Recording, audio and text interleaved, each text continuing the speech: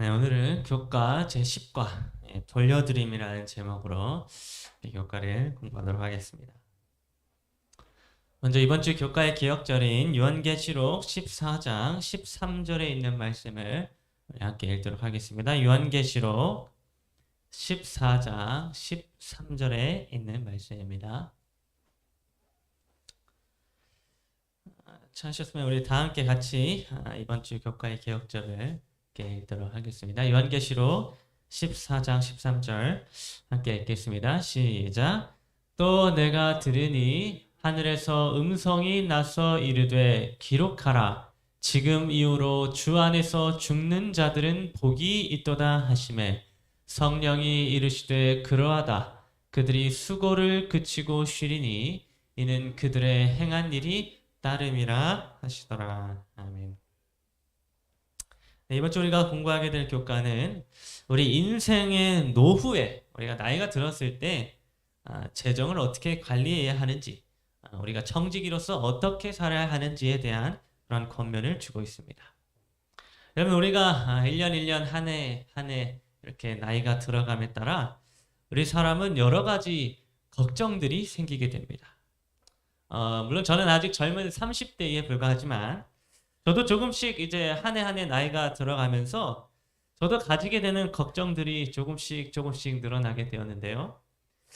제가 단적인 예를 들자면, 여러분, 저는 어렸을 때 여기 이 사진처럼 이 놀이기구를 타는 것에 대하여 아무런 두려움이 없었습니다. 우리 대한민국에 있는 놀이공원 혹시 뭐가 있는지 아십니까? 롯데월드 있고 뭐 에버랜드 뭐 이런 놀이공원이 있는데, 제가 거기에 가서 이 놀이기구를 탈 때마다 아무리 무서워 보이는 놀이기구를 타도 그저 그게 재미있기만 했지 어떠한 두려운 마음이나 뭐 공포심을 제가 전혀 느끼지 못했었던 것입니다.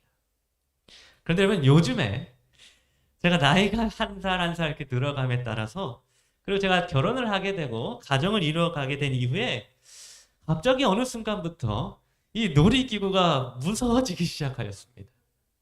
전에는 아무런 두려움 없이 잘만 탔던 놀이기구가 이제는 놀이기구를 탈 때 혹시 갑자기 놀이기구가 공중에서 이렇게 올라가다가 툭 하고 떨어지면 어떡하지? 혹은 나를 메고 있는 이 안전벨트가 오래돼가지고 고장이 나서 풀려버리면 어떡하지? 라고 하는 이런 온갖 잡다한 두려운 생각들이 이 놀이기구를 탈 때 떠오르게 되는 것입니다. 그래서 조금씩 이 무서운 놀이기구들이 저에게 생겨나면서 그러한 놀이기구들을 제가 조금씩 깊이 하게 되는 저 스스로의 모습을 제가 보게 되었습니다.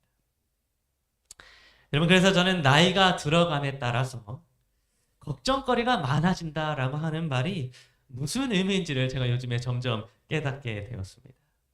이게 지킬 것이 많아지게 되니까, 또 내가 한 가정에서 중요한 위치에 있게 됨에 따라서, 그리고 나의 목숨이 나 혼자만의 것이 아니다라고 하는 이런 생각에 따라서 점점 나이가 들수록 걱정거리들이 많아지고 또 더욱더 조심스럽게 인생을 살아가게 되는 것입니다. 여러분, 이와 같이 우리 사람은 나이가 들어가고 또 늙어감에 따라서 걱정거리들이 많아지게 됩니다. 특별히 이번 주 우리가 공부하게 될 교과는 우리 사람이 일반적으로 노후가 되면 미래에 대한 걱정거리들이 많아지게 되므로 특별히 재정적인 염려를 많이 하게 된다, 뭐 이런 사실을 이제 지적을 해주고 있었습니다.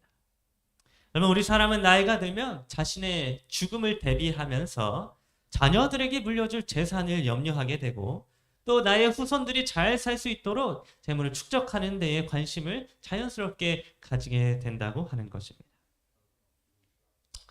그런데 여러분, 이처럼 사람이 노후에 가지게 되는 걱정거리들과 염려들이 사실은 누구에 대한 영향으로 인하여 나타나게 되는 것인지에 대하여 화이트 선지자는 교회 증언 1권 423 또 424페이지에 이렇게 기록을 해주었습니다.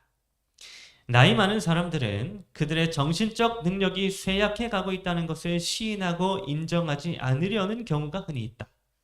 사단은 빈번히 그들의 상상력을 자극시켜 그들의 돈에 대하여 계속적으로 염려하게 한다. 돈이 그들의 우상이므로 그들은 그것을 인색하게 쌓아둔다.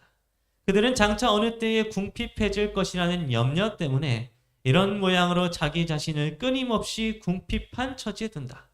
이 모든 염려는 사단에게서 온다. 여러분 엘렌 화이트는 우리 인간이 노후에 가지게 되는 어떤 재정과 관련된 염려들은 모두 다 사단으로 말미암아 오게 되는 염려들이다라고 이렇게 기록을 해주고 있었습니다. 즉 노후에 우리 사람이 갖게 되는 재정에 대한 염려들은 사단이 주는 그런 염려들이다라고 하는 것입니다. 그래서 여러분 성경은 우리 그리스도인들이 하나님을 믿는 하나님의 백성들이 노년에 우리의 재산과 우리의 유산을 어떻게 관리해야 하는지에 대하여 이렇게 기록을 해주고 있는데 시편 49편 17절은 이렇게 기록을 해주고 있습니다. 그가 죽음에 가져가는 것이 없고 그의 영광이 그를 따라 내려가지 못함이로다.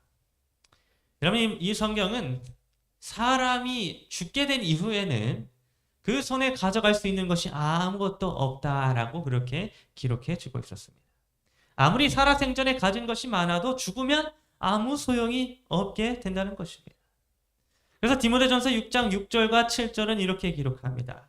우리가 세상에 아무것도 가지고 온 것이 없음에 또한 아무것도 가지고 가지 못하리니. 여러분 이 말씀과 같이 우리가 아무리 살아생전에 많은 재산을 소유했다 할지라도 죽으면 아무것도 가지 못하게 될 것입니다. 그래서 고대 시대에 이집트의 왕들, 바로 왕들이 자신의 죽음 이후에도 많은 부를 가져가기 위하여 자신의 무덤에다가 이집트 그 피라미드에다가 금은 보화들을 많이 담아 놓았으나 사실 그 이집트의 왕도 아무것도 가져가지 못한 채 죽음을 맞이하게 되었습니다. 그 많은 금은 보화들은 도굴꾼들이 다 가져가거나 어떤 무슨 박물관에 전시가 되어지게 될 뿐인 것입니다. 그래서 여러분 우리가 이 땅에서 모은 모든 재물들은 우리가 죽게 되면 아무 소용없는 것들이 되어지는데 바로 이러한 이유에서 일반적으로 많은 사람들은 자신이 살아생전 모았던 그런 재물들을 어떻게 사용하는가 하면 바로 자신의 자녀들에게 재산을 물려주게 됩니다. 그래서 우리는 거의 대부분의 경우에 우리의 재물들을 나의 자녀들에게 유산으로 다 물려주게 되는 것입니다. 나는 비록 죽어서 이 땅을 떠나지만 나의 사랑하는 자녀들이, 후손들이 나의 재산을 물려받음으로 남겨진 생애를 잘 살아갈 수 있도록 그런 일들을 우리가 하는 것입니다. 그런데 제가 국가를 공부하면서 놀랍게도 성경은 이렇게 자기가 모아놓은 유산을 다 자녀들에게 물려주는 것이 악한 행위다라고 그렇게 기록을 해주고 있었습니다. 전도서 2장 21절은 이런 말씀을 기록하고 있습니다. 어떤 사람은 그 지혜와 지식과 재주를 다하여 수고하였어도 그가 얻은 것을 수고하지 아니한 자에게 그의 몫으로 넘겨주리니 이것도 헛된 것이며 큰 악이로다. 여러분 자기가 수고하여서 얻은 것들을 수고하지 않은 자에게 유산으로 넘겨주는 것은 헛된 일이며 심지어 악이라고 그렇게 성경은 기록을 해주고 있었습니다. 즉 부모의 수고로 얻은 재물을 아무런 수고도 하지 않은 자녀들에게 유산으로 물려주는 것은 헛된 일이며 악이라고 성경이 기록해주고 있다는 것입니다. 여러분 이에 대하여 엘렌 G. 화이트는 교회증언 3권 399페이지에서 이렇게 기록해 주었습니다. 하나님의 창고에 드리기를 거절하고 자녀들을 위하여 재물을 쌓아두는 자들은 자녀들의 영적 복지를 위태롭게 한다. 그들이 자녀들에게 유산을 남겨주는데 10중 8구 그 재물은 그들에게 저주가 되었던 것보다 상속을 받는 자들에게 더 큰 저주가 된다.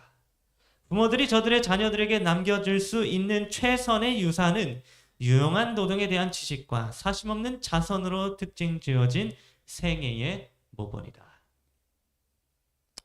그러면 엘렌 화이트 선지자는 자녀들을 위하여 재물을 쌓아두는 것은 그 자녀들에게 오히려 큰 저주가 된다라고 그렇게 기록을 해주었습니다.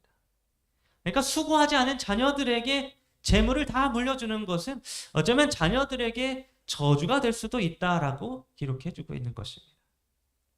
그래서 여러분 엘렌 화이트는 이렇게 우리가 모은 재물의 유산이 자녀들에게 저주가 되지 않을 수 있도록 하는 방법에 대하여 교회증언 3권 120페이지에서 이렇게 기록을 해주었습니다. 부모들은 하나님의 사업의 발전을 위해 그 재산이 사용되도록 함으로써 하늘의 보화를 쌓아 놓아야 한다. 충분히 갖고 있는 자들에게 잉여의 재산을 남겨놓음으로써 저들 스스로 하늘 보화를 도적질해서는 안 된다. 왜냐하면 저들은 그렇게 함으로써 실패함이 없는 하늘 금고에 쌓아놓는 특권을 저버릴 뿐 아니라 하나님의 보화를 도적질하기 때문이다. 여러분, 우리 그리스도인들은 이 땅이 아니라 저 하늘의 보화를 쌓아야 하는 자들입니다. 즉 우리의 재물을 하나님을 위하여 사용하는 자들이 되어야 한다는 것입니다. 노후의 여러 가지 미래에 대한 걱정거리들 때문에 인색하게 재물을 그저 모으고 또 모으기만 하고 또 그 모은 것들을 다 자녀들에게 물려줄 것이 아니라 하나님의 사업을 위하여 또 하늘의 보화를 쌓아두기 위하여 재물을 사용해야 할 필요가 있다는 것입니다.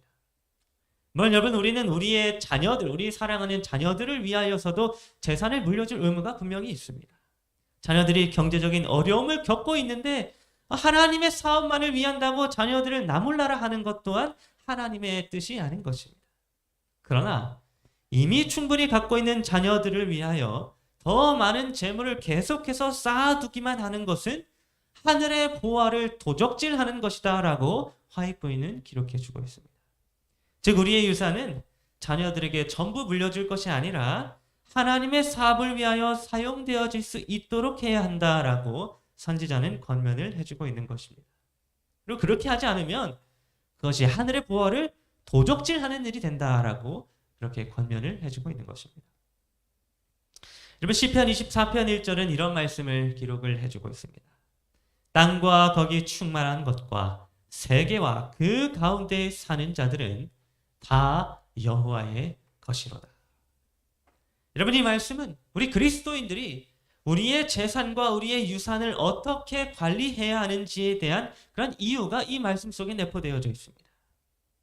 여러분, 우리가 가지고 있는 모든 소유물들은 사실 모두 다 하나님의 것임을 우리는 기억해야 합니다.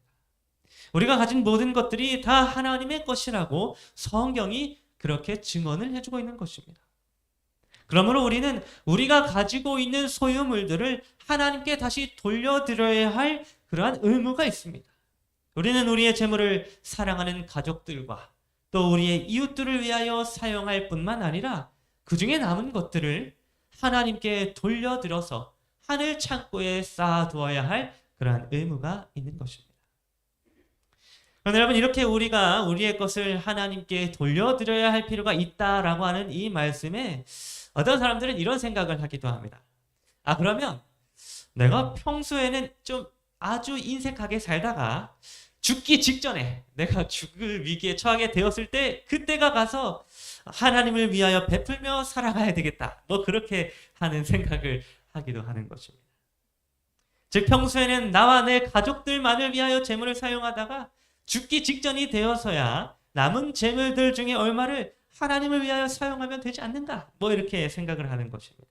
마치 십자가상의 강도가 인생의 마지막 순간에 예수님을 받아들임으로 천국에 들어갈 약속을 얻게 되었던 것처럼 자기도 인생의 마지막 순간에만 자선을 베풀고 하나님의 나라를 위하여 재물을 사용하면 된다라고 그렇게 생각을 한다는 것입니다. 그러나 여러분, 성경은 이러한 생각들이 어리석은 생각이라고 하는 사실에 대하여 이렇게 마가복음 4장 19절에서 기록해 주고 있었습니다. 세상의 염려와 재물의 유혹과 기타 욕심이 들어와 말씀을 막아 결실하지 못하게 되는 자요. 여러분, 재물에 대한 유혹은 하나님의 말씀을 막아서 결실하지 못하게 한다고 성경은 기록해 주고 있었습니다. 즉 살아생전에 재물에 대한 욕심을 가지게 되는 자는 말씀의 결실을 맺지 못하게 된다고 하는 것입니다.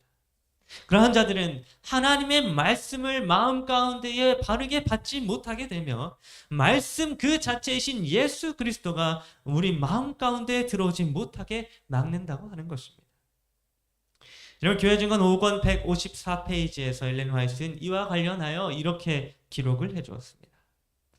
나는 많은 사람들이 사업에 바치지 않고 붙들고 있으면서 죽을 때에 자선하게 될 것이라고 그들의 양심과 타협하고 있는 것을 보았다.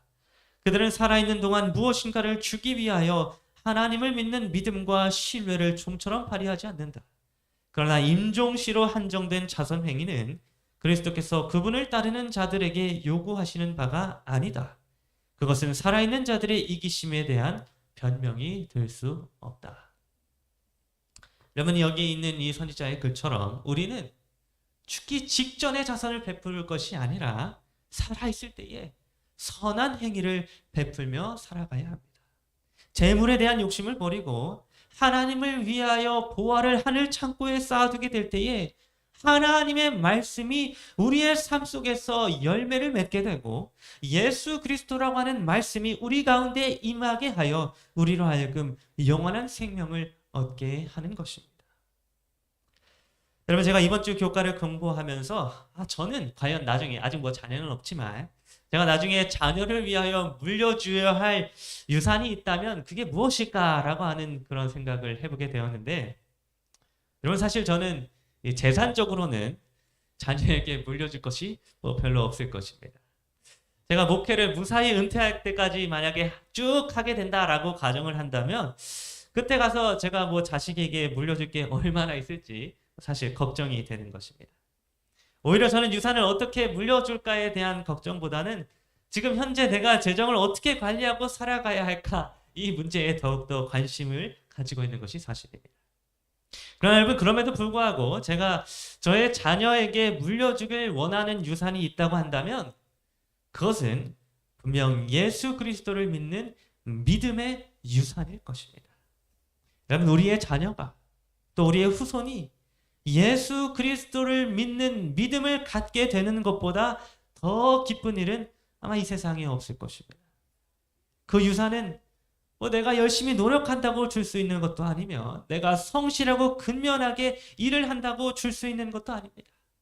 오직 예수 그리스도의 은혜만이 믿음의 유산을 자녀들에게, 후손들에게 물려줄 수 있도록 하는 것입니다.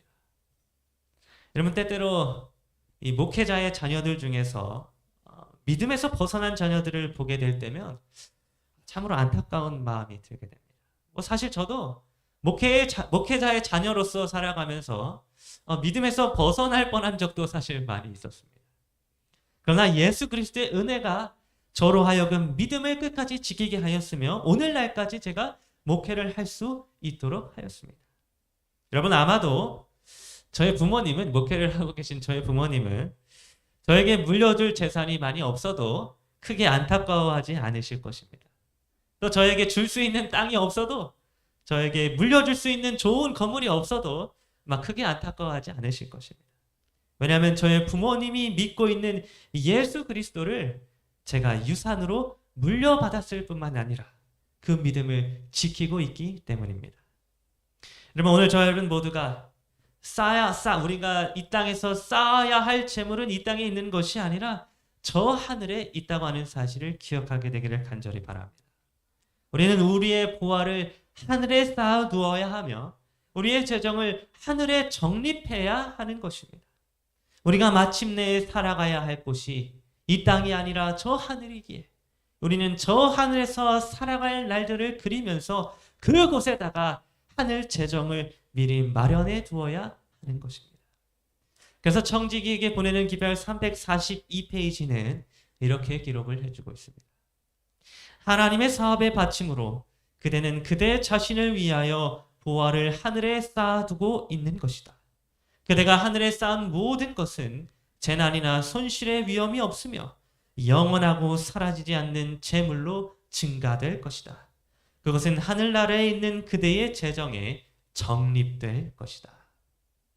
여러분, 오늘 우리 모두가 노년에 우리의 사랑하는 가족들과 우리의 사랑하는 자녀들을 위하여서만 재물의 유산을 물려주는 것이 아니라 살아있는 지금부터 하나님의 사업을 위하여 일하게 되므로 하늘 창고에 보화를 쌓아두게 될 뿐만 아니라 그 무엇보다도 소중한 우리의 믿음의 유산을 자녀들에게 또 이웃들에게 전달하게 되는 자들이 되기를 간절히 바랍니다. 영적 유산을 자녀들에게 나누어주는 그 일이, 또 이웃들에게 영적 유산을 전해주는 그 일이 그 무엇보다도 우리가 물려줘야 할 소중한 유산임을 우리가 기억하게 되기를 간절히 바라면서 오늘 교과 공부를 마치도록 하겠습니다.